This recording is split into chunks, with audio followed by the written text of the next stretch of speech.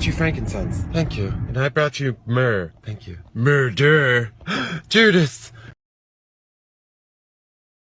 Good girl in a straw hat with her arms out in a cornfield. That is a scarecrow. Randall, there is a cow outside. There's a cow farm. You're gonna find cows outside. No. You think to yourself, well, that was weird, but I'm not trans. You are. You are trans. Gay cake. Trans cake. Gay cake. Trans cake. Lesbian! Helpline, how can I help you? Yeah, hi, I gained like 20 pounds for no reason. Yeah, see, we need to protect your eggs, so we send a bunch of excess fat to your abdomen. Okay, well, I'm trans, I don't have any eggs, so do you think we can make it so that I don't...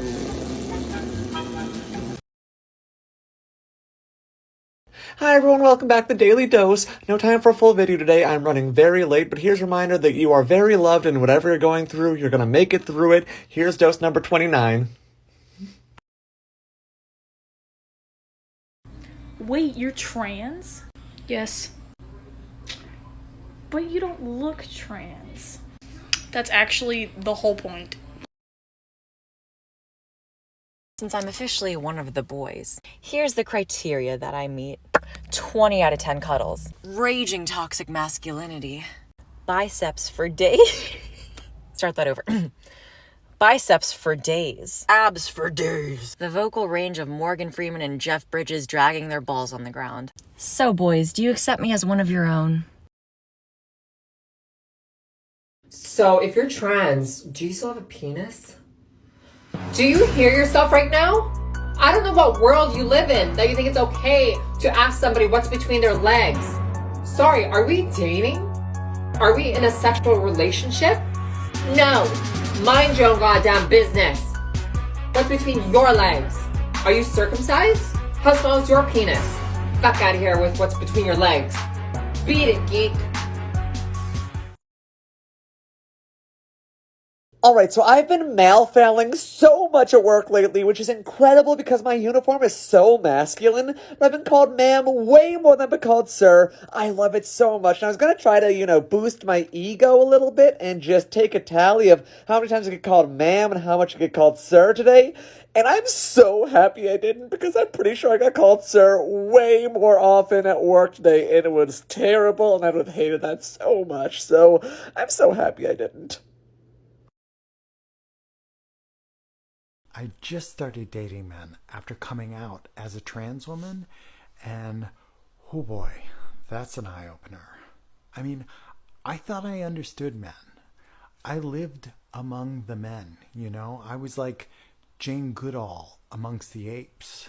And before anybody tries to mansplain to me, I know, Jane Goodall lived amongst the chimps. I lived amongst the apes. And that is a little something I like to call transplaining. Okay. Put that down. So I had to take my lunch just to do this because, oh my god. I'm trans, and for the longest time I've been in jobs where I couldn't be from presenting. I worked in warehouses, factories, things like that, which is why this looks so different than most of my other videos, is because I'm wearing a wig, because my hair growth is abysmal. So I was helping a customer, and one of my bosses had come over and had asked if they were doing all right, and they just were right up like, oh, no, she's great. And I sat there, and I had the biggest grin on my face under my mask, because it's the first time I've been like just absent-mindedly gendered in public, and I just I don't, oh my god, I'm so, oh my god, yeah, hi, wow.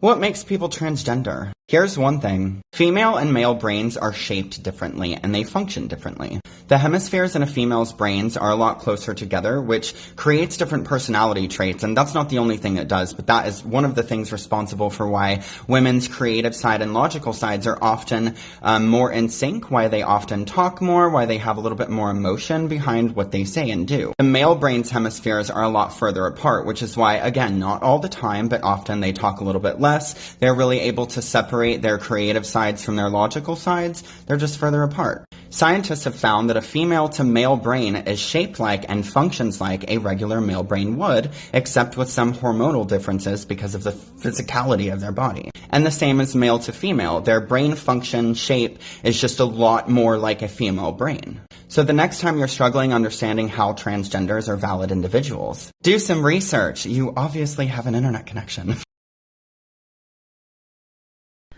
If you want to change the gender presentation of your voice, you need to understand resonance. Resonance is determined by the size of your vocal tract when you're speaking. The takeaway that I want you to have from this video is you need to learn to train your ears. So let's do that. Watch my hands, listen to the sounds. This hand is going to be resonance, and it's going to start here because my throat size is smaller than my bass line. This hand will be pitch. Let's change pitch first. La, la, la, la, la, la, cool. Now let's change the resonance. La, notice that the pitch is the same. La, now let's change the pitch on this resonance. This is like my baseline resonance. La, la, la, la, la. Now let's make the resonance really dark. La, la, la, la, la, la. So if you're here and you want to feminize, just go hello, hello, hello, hello, hello. 1, 2, 3, 4, 5. And if you're here and you want to masculinize, hello, hello, hello, hello, hello. 1, 2, 3, 4, 5. Commonly asked trans questions, part 7, I think. Chloe, I had another question. So I know you had to do like hormones. Well, what is that? Well, of course. Hormones are the medicine that I have to take for my transition. A medicine? So like the liquid stuff that you get at Walmart? Kind of, but this medicine is a little different. You have to go to a counselor and get diagnosed with gender dysphoria to get a prescription for this medicine. And then they give you these cute little pills, like this one. This one is progesterone. Then they give you this one, which is spirolactone. And then they give you this one, which is estradiol. And so you have to take it all the time? Yep. I gotta take it 2 times a day, every day. But then it makes my skin soft, it makes my hair not grow much, and gives me boobies. I had to come to grips with my height as a trans woman. You can't really change it, obviously, but like every ounce of my being wanted to be 5 foot nothing, 4 foot 10, like super small and petite. And now I am feeling much more confident in like wearing heels when I go out. And that's fine. I like being that bitch that walks in. I have a pair of heels that I've not found that same confidence to wear. I'm 6 feet tall. These heels are like 7 inches. 6'7". I would be 6'7". And they're super cute. But I don't know where or when or why I would wear them. I want to, but So for reference, right?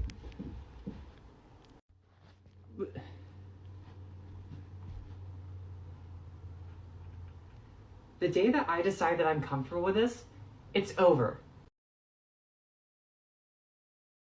Hi everyone, welcome back to the Daily Dose. So today I'm going to be talking about some basic trans terms. So first we have sex, which is your biology, but then there's gender, which is actually the social construct, which is where we get AGAB, or assigned gender at birth.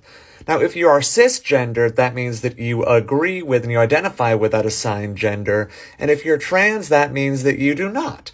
So a trans woman is someone who is AMAB, or assigned male at birth, but they are actually a woman, and a trans man is someone who is a FAB, or assigned female at birth, but is actually a man. Generally, just know that if someone says they are trans and followed by a gender, they're not going to be saying what gender they were assigned, they're going to say what gender they actually are. And there are so many more gender identities which I can't fit in this minute. Anyways, here is dose 15.